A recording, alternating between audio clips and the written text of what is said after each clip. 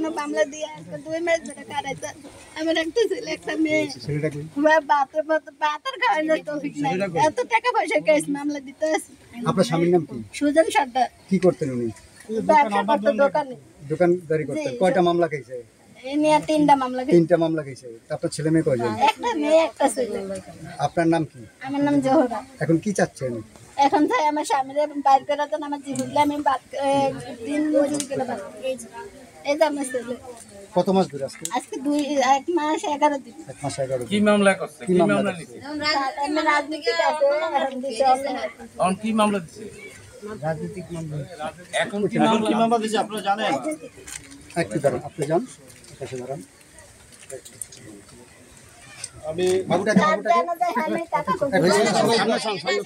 দাঁড়ান আপনি। বিএনপি কর্মী হিসাবে এই পরিবারের পাশে দাঁড়াইতে চাই এবং আমি আমাদের যে বিচার বিভাগ আছে, পুলিশ বিভাগ আছে, ওনাদের কাছে আমার অনুরোধ এই এতিম শিশুদের বাবাকে যেন ফিরিয়ে দেওয়া হয় এবং এই অন্যায়ের থেকে যেন ওদেরকে মুক্তি দেওয়া হয় এবং এই সন্তানগুলো যেন তার বাবা পায়। আর যেই ঘটনা ঘটছে 5ই আগস্টের পূর্বে সেটার এই অতীত আমরা আর দেখতে চাই না। আমি সুবিচার চাই এবং ওদের বাবাকে যেন ফেরত দেওয়া হয়। এই জন্য আমরা ওনাদের সাথে যথাযথ কর্তৃপক্ষের সাথে আমরা যোগাযোগ করবো এবং আমি আপনাদের মাধ্যমে সাংবাদিক ভাইদের মাধ্যমে আবেদন জানাচ্ছি যেন ওনার বিচারটা পায় এবং ওনার স্বামীকে যেন ফিরিয়ে আসসালামু আলাইকুম।